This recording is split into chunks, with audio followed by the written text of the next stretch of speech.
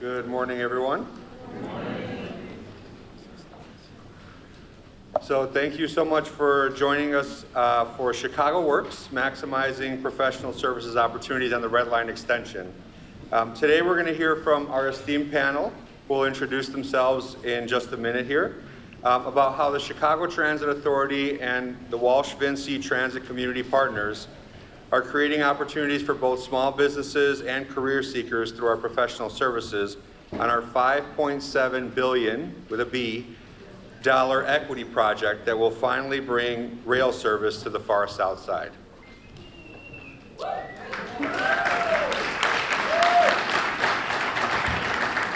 My name is JUANPABLO PRIETO. I have the honor of serving as the Director of Diversity Programs at the CTA. And joining me today, let me get them their mics.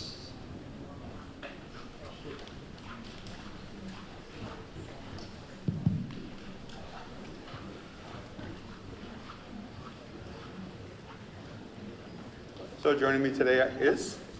Good morning, everyone. My name is TANESHEHA Marshall. I am the Vice President of the Red Line Extension at CTA. I've been at CTA for about 7 years now. I would like to say that CTA is my second career. Prior to that, I had 2 decades, well, actually a little greater than 2 decades in city services with the City of Chicago and also Illinois Department of Transportation. I was one of the resident engineers on the Dan Ryan Reconstruction Project years ago.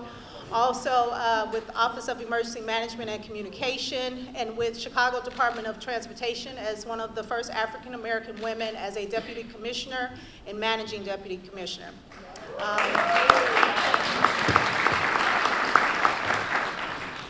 I graduated from the University of Mississippi with a Bachelor of Science in Civil Engineering. You may know the famous James Meredith, Eli Manning, and John Grisham were also University of Mississippi graduates, so I graduated from a great university with great individuals, and I also hold an active professional engineering license.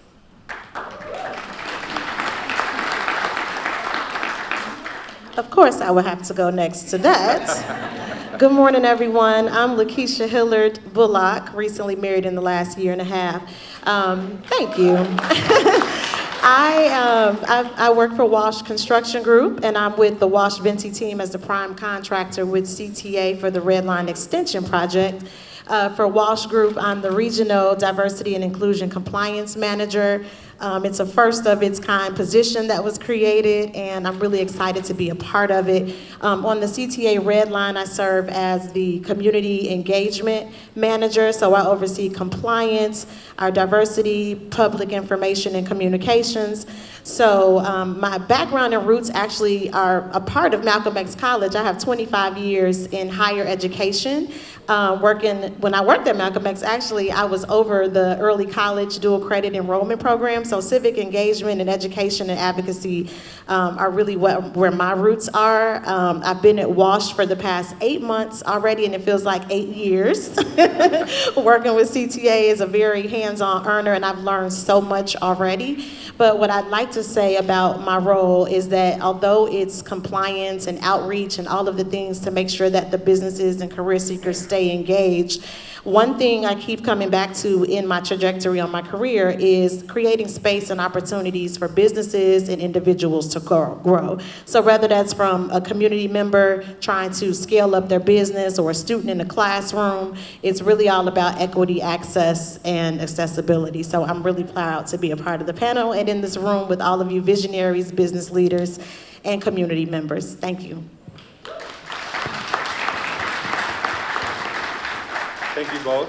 Before we get to the questions for the panelists, I just want to set the foundation here, give you some information about Red Line Extension. If you haven't heard it, we've done so many outreach events in the communities, so we want to make sure that everyone's aware of the project details. RLE, as we call it, is a 5.5-mile project that will extend the Red Line from its current terminal at 95th Street to a new terminal at 130th Street in the historic Alkill Gardens. We'll be adding 4 new stations at 103rd, 111th, Michigan Avenue near 116th, and the 130th terminal. All the stations will have multimodal connections, including parking, bus, and bike racks. We'll also have a new train storage yard and maintenance facility at 120th Street. This project will shave 30 minutes of commute time from 130th to downtown and vice versa. We've secured the funding necessary for the project through a combination of a transit TIF, a $1.9 billion federal grant, and other funding sources. Through the timeline that we have now, we will break ground early next year and deliver revenue service in 2030. Walsh VINCI Transit Community Partners was awarded the design-build contract, and we're currently under design with them. The design-build contract includes the main line tracks, signals, and stations, and then the 120th yard and shop will be a separate construction contract. So now that I laid the foundation on how what we're doing with the project, let's dive into some questions with Tanesha and LaKisha. I'm going to slide over here.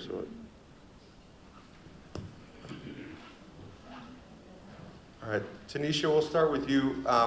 What types of contracts that make up the Red Line Extension project were considered for a goal, for a DBE goal? Okay. So at the core, we know that the Red Line Extension is an equity project. So how it's built is just as important as what is built. We review all our contracts for DBE goal percentages. We created aggressive diversity goals for this project, even for our professional services.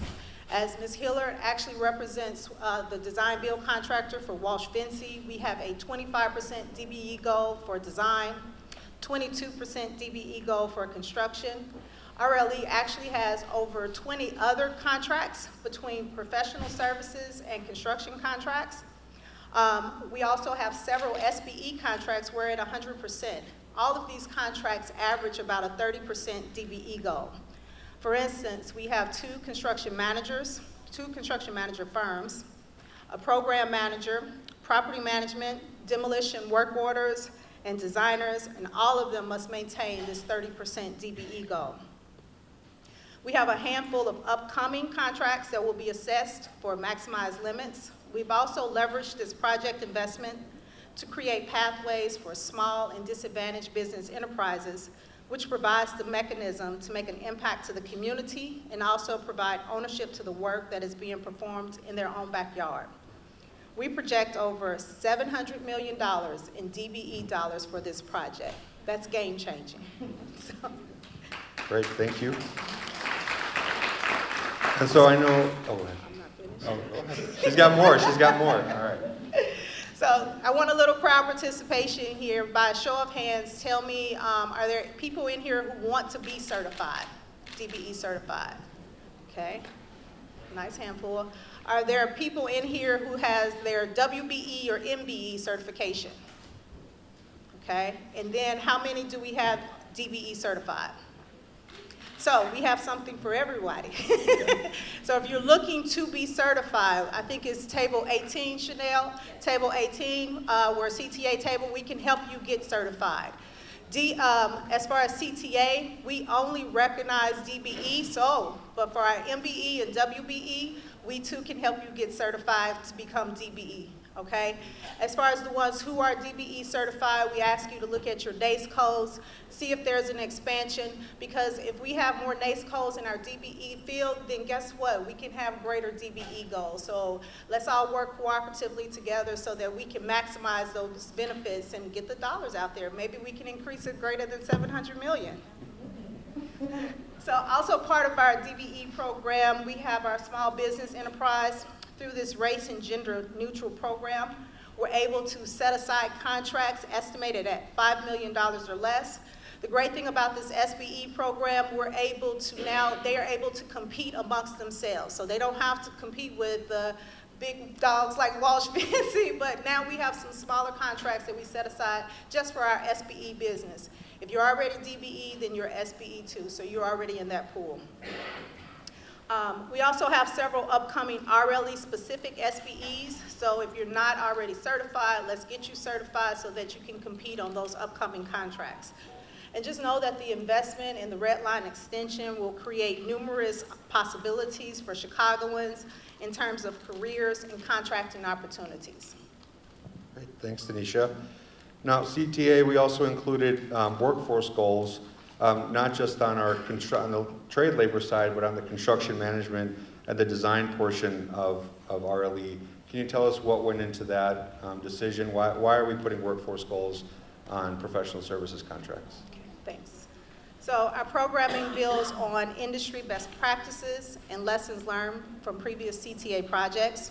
During our outreach, we received several community feedbacks about how can I get into the business, into that professional service space. So we hear about the EDA goals, which is economically disadvantaged areas. We hear about those workforce goals, and normally it always was for construction contracts. Now we've implemented it back in 2017. We put it on our professional service contracts. So with that, the service area, just for everyone's awareness of the EDA goals, is where household median income is less than $45,000. So we're able to reach a population that normally would not have those advantages.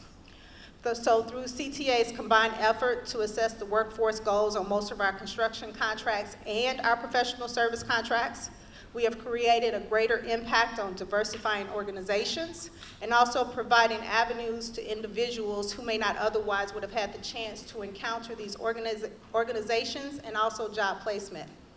We have instituted workforce goals for our RLE construction managers, SQN. They have a 10% EDA goal. RSP has a 12% EDA goal. Now, mind you, these contracts are anywhere from 5 to 10-year contracts, so we're talking about a long duration where they have to maintain these numbers.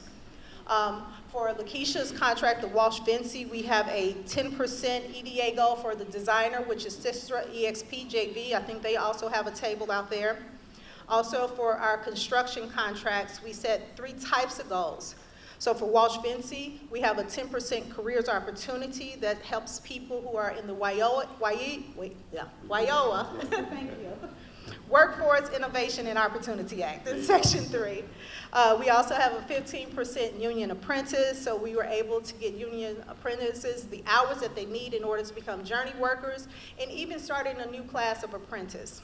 We also have a 35% service EDA goal. So 35% of the workforce hours will come through the RLE footprint, which is all part of our EDAs.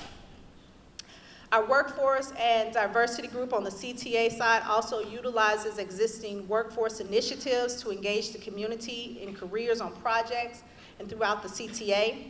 As part of our workforce program, we offer events to cover topics such as career readiness, trade workshops, professional service workshops, career information, and internships for high schoolers and also college students.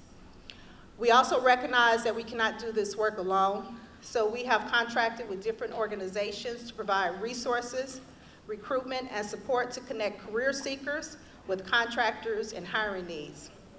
We executed a contract for workforce placement partners and pre-apprentice partners to identify, recruit, and train individuals that meet our workforce goals and connect them with openings on CTA projects and provide pre-apprentice training to help individuals place into U.S. Department of Labor trade apprentice programs.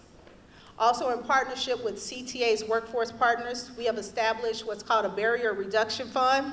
This assists individuals who may have barriers for entering into the workforce, from expired trade or expired union membership cards, boots, transportation, training material. So we have different resources available to make sure that people are successful when they get into their roles. CTA sees RLE as a tool to help strengthen economic prospects for members of the surrounding communities, both through career and business contracting opportunities. We strive for contractors and the workforce on our projects to reflect the communities we serve. We know that infrastructure is the great economic generator for most communities. RLE will bring a 47% increase to newly accessible jobs now within an hour commute of the footprint. So during construction, we anticipate up to 2,500 jobs, and after construction, more than 700 jobs. Thank you, Tanisha.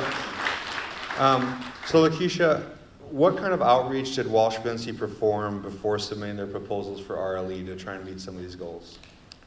Some of the outreach that Walsh VINCI did as a joint venture, and just for those of you who are in the room that don't know, Walsh and VINCI on the project are a joint venture. So Walsh, obviously, the big green W, and then VINCI actually is a European or French company that's 10 times larger than us. They build some of the fastest trains, large bridges across the world. So if you ever visit Europe or France, you'll know what I'm talking about with the fast trains and things like that. So it made us a very strong partner from the start with the bid process. But some of the, I'm sorry, your question again, outreach that we did was partner with CTA heavily on a lot of the outreach events. I just actually learned backstage from Tanesha, only been in the role 8 months. I wasn't here for the bid stage, but what I learned is that there were 174 outreach events at CTA, and I know in 1 year, right before, during that bid phase process to get people engaged. And so we were right there hand in hand as a collaborative partner with CTA. In addition to partnering with CTA on a lot of the hosted events that they held, we also held our own lunch and learns at our Walsh headquarters. We partnered with a lot of the trade assist agencies like Chicago Women in Trades, and some of the workforce development partners that also are partnered with CTA, Revolution Workshop, and Hire 360, so that the word could get out as well for those businesses and career seekers who wanted to work with us, provided that we won the bid, which we did. But a lot of the working hand in hand with CTA on those outreach events, and still till this day, like we were saying, how the outreach events are like a full-time job in it of itself. So. And so thinking about how big this project is, right, a mega project, it can be tough for small firms to handle some of this work. So what is Walsh VINCI doing specifically on the professional services side to engage small businesses to make sure that they get the right opportunity for them? Good question. So the professional services in the construction world, for those who are industry newbies like myself, when it comes to construction, professional services are those services that are obviously non-construction, right? So you have your construction management, you have engineering services, quality control, things like that, where you're not really building anything. So a lot of the professional services, what we did, because those goals are so robust with the 25%, we have allowed our subcontractor, our design partner, because a lot of that work happens during that phase, we have asked that they handle the professional services opportunities, such as the engineering management, construction management, and things like that. So 25% of that is going to Sister EXP, which is a joint venture, our design partner that's building this. As far as Walsh is concerned, a lot of those were handled in the bid stage as well. So like our consultants, where there's PR firms and other pre-construction, like the surveying of land, and obviously those are happening. So what we've done to work with CTA is those outreach events, community outreach info sessions, that we have a table, actually outside table number 64, you'll see a Walsh VINCI table. Our team is out there now, so you can get connected and stay connected to that. And so the collaboration for professional services, not just that, is not just the outreach, but in addition to that, the bid transparency, we're giving CTA a 3-month look ahead so that a lot of these businesses can get geared up and understand what's available and how and what they need to do, whether it's DBE certification, whether it's making sure that you have enough employees on your team, making sure you have the technical assistance. So our bid and procurement transparency, I think, is huge in this when we collaborate with CTA as a partner. In addition to our procurement process, as far as making sure our reporting and compliance is on track. I know I stay in touch with JP's team, and Tanesha is always on the calls, weekly and monthly. Where are we with the goals? And I will say our Sister EXP partner is holding steady right now at 17.8% of that 25%. Still some ways to go, but the compliance reporting aspect is very huge. And then a direct engagement. A lot of you, if you're on CTA's list or if you're on our trade assist list, I am on the communication so that the community and public market has a direct line of communication, whether it's our project engineer, whether it's myself, if you have questions about what the opportunities are, or if you're bidding on something, how do I go about doing this? Because I know bidding with Walsh can be, a little complex for some who have not bid at this level before, but we're there as a direct means of communication to make sure that you can have someone to kind of help hold your hand through that process. So that's some of the ways that we've collaborated, at least 5. Great, thank you. So Tanesha, as the vice president of the project, obviously you're overseeing the entire thing. It's a big project. What kind of involvement do you have with the DBE and workforce goal compliance? So I have an obligation as the vice president to make sure that we meet those goals and obtain them. I'm responsible for managing not just the Walsh-VINCI contract, but like I mentioned before, 20 other contracts and counting for this $5.75 billion RLE project. So along with my colleagues at Diversity Group and also my team at CTA, we meet with them on a monthly basis. We monitor the contracts and also the projections, just like Ms. Hilliard talked about. They're at 17.8%, but we know that their goal is 25%, so we do meet on a weekly, sometimes weekly, but mainly a monthly basis to review that and the projections of how we're going to obtain that goal. We also review compliance on a monthly basis, as well as reporting all of this information to different entities. We have an obligation to report to you all. We have an obligation to report to the public, to the local, state, and also federal agencies. We also have an oversight, several oversight groups that we have to report out to make sure that we are maintaining these goals. And if we're not, what are we doing in order to obtain it? The contractors and the consultants actually have a reporting mechanism where they are responsible for inputting this information that tracks the DBE and workforce goal requirements. We review these dashboards on a monthly basis and communicate constantly about the goals, and also with the contractor and the consultants and our diversity group. CTA has significant resources to ensure the success of these contracts before having to access liquidated damages for not fulfilling the contractual obligations. We consider all of our contracts as partnerships. We work with the agencies to fulfill or exceed those goals by connections, educational workshops, and also good faith efforts. So if a contractor or a consultant is having difficulty maintaining the contractual goals, we provide connections to several business support organizations. We also connect them with our workforce partners to find candidates to meet the goals. And we connect them with other registered vendors to assist their subs on obtaining their DBE certification. So at the end of the day, we all succeed in this partnership, and we're all accountable to what we promise and deliver to the community. Great. So I think the audience, you've heard how involved Tanesha and her team are on the project side. As she said, diversity programs. We like to say you're #1 advocate within CTA.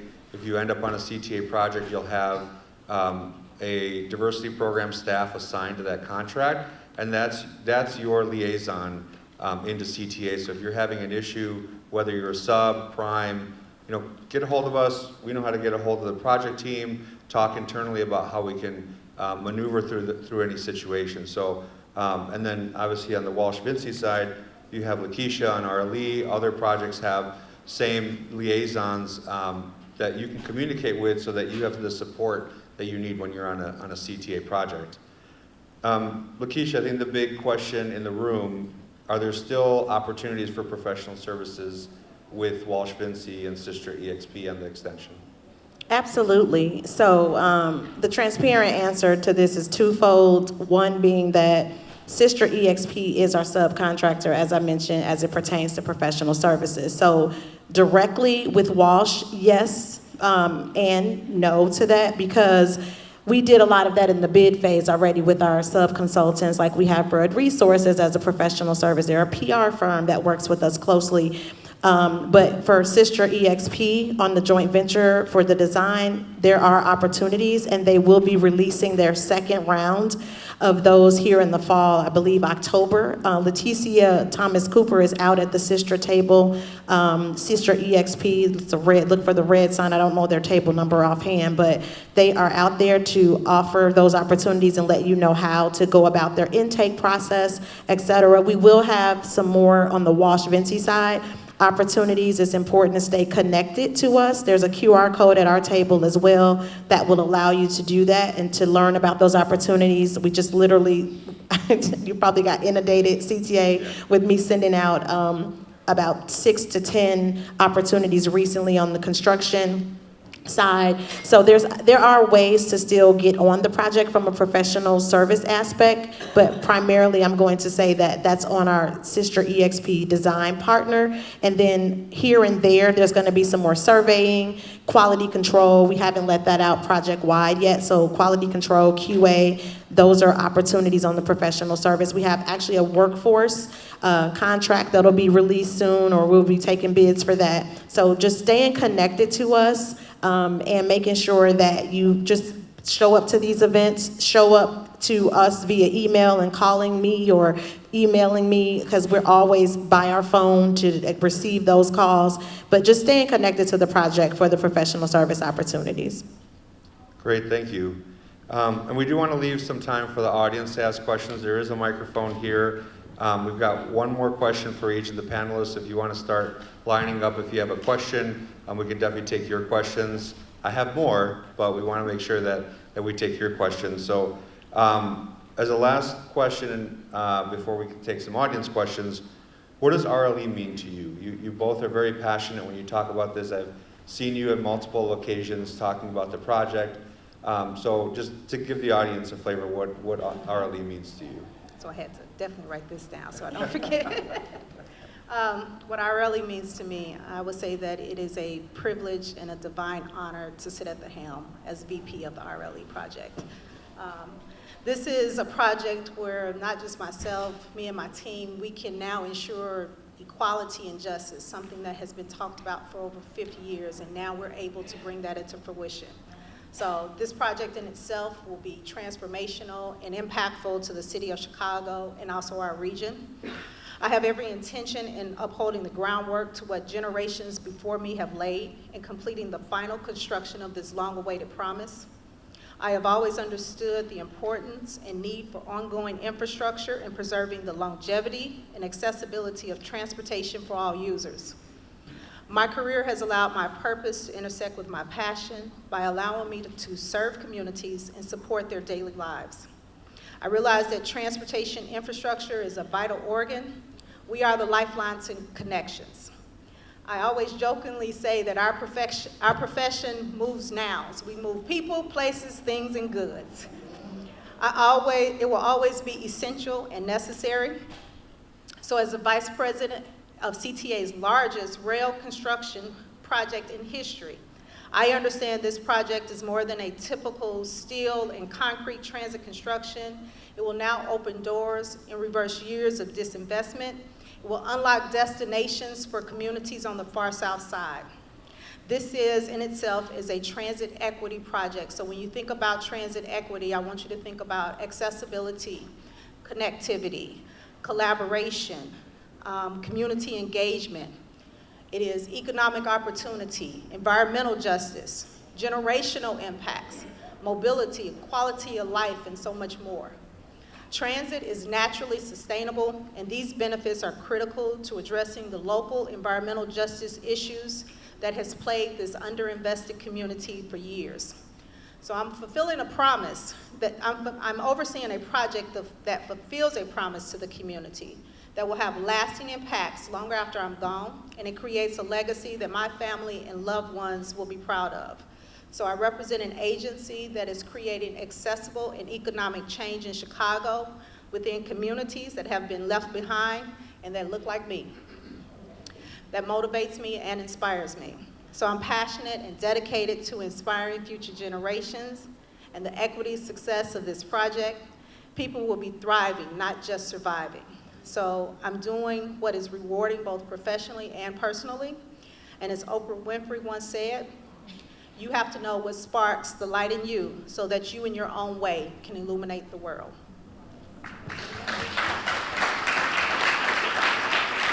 Thank you, Tanisha. LaKisha. Oh, well, for me, the RLE or Red Line Extension Project is personal. Tanisha used words like passionate, and I feel like it was divine intervention when I accepted this role with Walsh, because being in higher ed and civic engagement for 25 years, and then while the work is still the same and the people in the intersection is still the same, the industry changed for me. So I was like, oh, I'm the newbie, you know, and I don't always want to say that, because while my knowledge to the industry is new, my relationships are not. But it's personal because I grew up on the south side of Chicago. I'm from the Wild Hundreds, 99th and Winston, Beverly area. So while I grew up right next door to the RLE footprint, and so I went to school at Julian High School, which is in the footprint. And so the reason I went to Julian, and now people are like, oh, Julian High School, it's a great school, it's a science school, Percy O. Julian was a scientist, blah, blah, blah, all of the things. But I walked to school from my house in Beverly because I was afraid to get on the train and take a bus to go to Kenwood and go to Whitney Young and all the schools that I could have had access to. And I just didn't want to have to take a bus and then a train and like all of the things. So walking to school, driving to school up the street was convenient for me. And I went to school with a lot of students that lived and grew up in Roseland and the Pullman area who did have to do that. They had to stand outside in the cold. They had to take 2 buses just to connect over to 103rd and Elizabeth to get to high school. And I remember some of them missing school on some days because they were like, that bus took too long. Whereas I could run up the street to school, they had to get on a bus and train. So it's personal for me to know that this is right here on the south side of Chicago, 50 plus years in the making, and I'm actually a part of it. Like, I'm so thankful, like, to CTA and for the FTA for actually creating this opportunity. So it's access, it's accessibility, it's a means for children and people who work along the route on the south side or work along the RLE footprint to have more access to cultural opportunities and get to school on time and lessen their commute. So I'm really, I take it personal, but to be a part of this. So I am truly excited that my work actually is going to impact career, you know, opportunities and business opportunities for this project. So it's personal for me, and what it means to me is so much. Like, it's a significant game changer, as you said earlier too, Tanisha. It is not just a train project, but it's an economic and community game changer, and I'm so thankful and proud to be a part of it. So it's personal. Thank you. Thank you. Looks like we've got our first audience question, sir. Okay, thank you. My name is Matt Brandon. I'm with NBC, which is a small development corporation on the south side of the city of Chicago. And my question is on the construction side. So how much of the $700 million is dedicated to DOL certified apprenticeship training programs for this project? And is there any opportunity for a minority-owned DOL certified apprenticeship training program, which we have, to participate in that program with CTA? I know most of that is done through the unions. Unions are employers. We have a non-for-profit and a for-profit, which is MDC. The non-for-profit has been certified by the Department of Labor to train carpenters, painters, and roofers. And then our for-profit would be the employer. The problem with small companies employing apprentices is that they never have the contractual length to go through the entire program. Knowing that this is about a 10-year program, 5-year program, I'm not sure, 5-year program. That would be ample time for that type of strategy to help be developed, that we grow outside of the unions and we grow through minority companies. Is there any opportunity there? Yeah, that's a great question. Thank you for bringing that up. So, as Tanisha mentioned, we do have some workforce partners under contract right now. But if you take a look at the City of Chicago's buying plan, which I recommend all of you pick up, it has procurements that are projected out for all the agencies, including CTA. You'll notice that we have RFPs scheduled to go out this quarter for workforce partners. So we're going to refresh that list. We want to be as inclusive as possible and have as many organizations submit to those RFPs as possible. So there'll be one RFP for pre-apprenticeship providers. Those are partners that help us prepare candidates for USDOL apprentice programs. And so we want to make sure that folks understand how to get into the programs, have the support once they're in. And then we have an RFP for placement partners. So that's when contractors and subcontractors have a hiring need on our projects. They'll let us know, we'll put it out to all the partners, the different requirements they're looking for, third year apprentice painter, right, that lives in the EDA. We'll put all that into the request for the partners, and then they'll submit candidates that the contractor or subcontractor can look at to interview and hire. I do agree with you that a lot of times these projects are too short to have enough time for these subs to build up an apprentice pool. We're coming off of our current mega project, the red and purple modernization up north, where we learned a lot of lessons around that, and that was another 5-year project that gave us that runway. So we knew going into RLE that we'll have that same runway for subs, for small businesses to build up their workforce through this project. One more quick question. Sure. Is there a number of apprenticeship slots identified currently in this project? Not a number of slots, it's 15% of the total trade hours must be worked by apprentices. And that's across, right, Walsh, VINCI, and all their subs, 15% of all the total labor hours. Thank you. Thank you. Another question from the audience? Thank you. My name is Lori Westerfield. I currently live in the 5th Ward, but it's personal for me because I grew up on 95th and King Drive, so I specifically remember my daddy taking me to 95th Street to get a first ride token when they extended to 95th Street. So I've heard the rhetoric for decades that this was going to happen, so it is a wonderful thing to see that this is actually progressing. The question I had has specifically, you made a reference to EDA, and what I believe that means is whether it's people you target for apprenticeships, careers, and companies, you're preferencing zip codes. Am I correct in that interpretation? Yeah, so 35% of the total trade labor hours have to be worked by residents of economically disadvantaged areas. Okay, Which are and zip codes. can you tell me, is that published where we can find that? Yep, it's on CTA's website, so you can see the list of zip codes. Again, it's zip codes with a median household income of $45,000 or less that are within the CTA service area.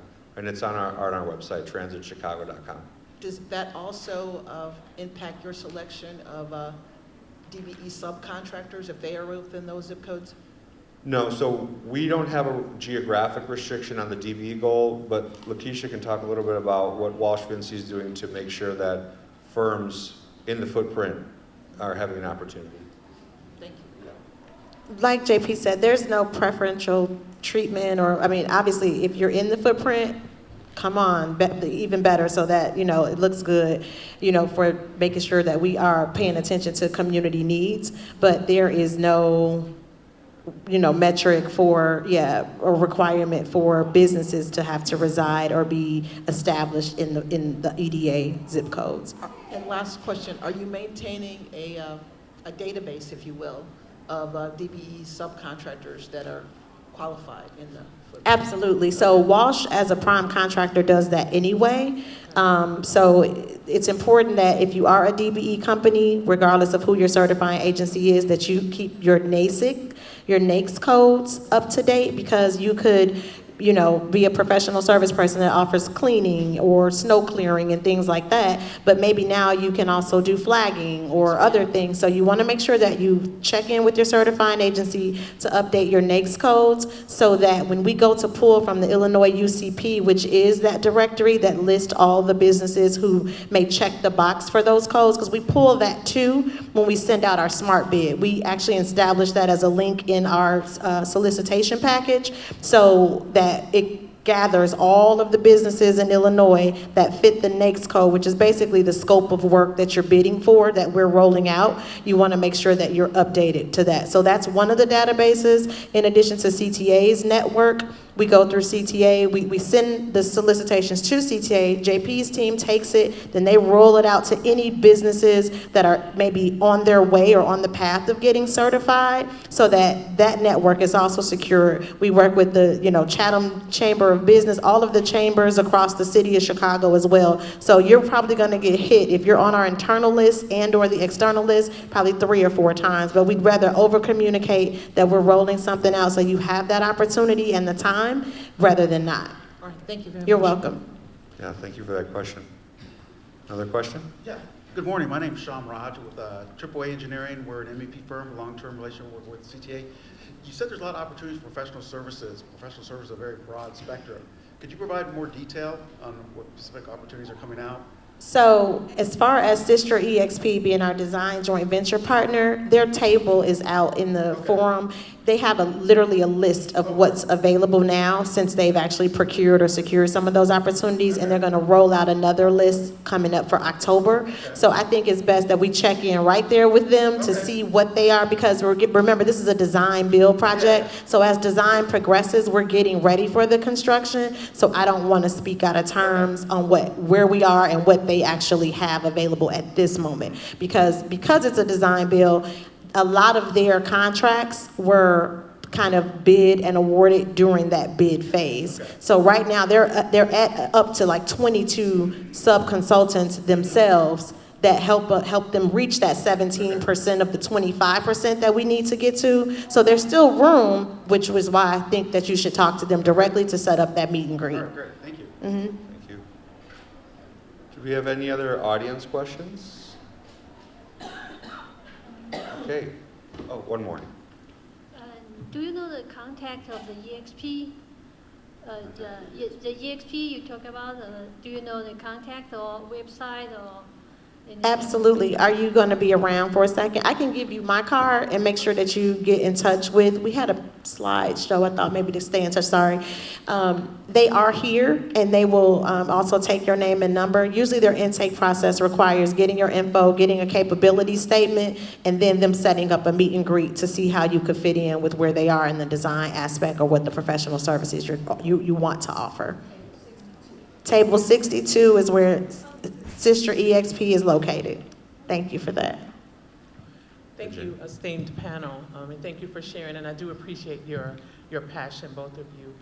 My name is Veronica Cook-Buell, and I am new to Chicago, coming back here, coming from Ohio, born here, born in Cook County. My grandmother owned a property at 95th in Michigan across from the park, so I feel that passion. I was there every year. I'm here to ask about professional services as well. I bring you greetings from the Yule Group, where we are compliance and monitoring experts, and we also reporting and monitoring. I know you have that piece covered, but as you unfold this amazing, massive project, might you consider proposals for things that maybe you hadn't thought of? There's things that may come along down the line. Are you pretty much set on what you know you're going to be bidding out, or would you entertain some ideas from an outsider looking in, knowing how to make this thing amazing? I want to jump in real quick. Are you a registered vendor with CTA? I JUANPABLO teller. I'm in the process. All right. Now you can take it. I have 15 certifications. I want you to know I'm DBE, I'm SBE. You can name anything you want, I have. Because even outside of Redline, there are probably so many opportunities within CTA that you can offer your services. I'm looking forward to it. I just Okay. want you to know I met CTA JUANPABLO and his team. Geez, man, we were at the airport conference. We were also in Colorado recently. What an amazing organization CTA is, and this man right here is highly sought after for his knowledge. So I just want to commend you, and I'm so glad to be born from Chicago in Cook County, so I feel like I'm coming home. Thank you so much. I want to just add to that too. Small business is big business. Oh, yeah.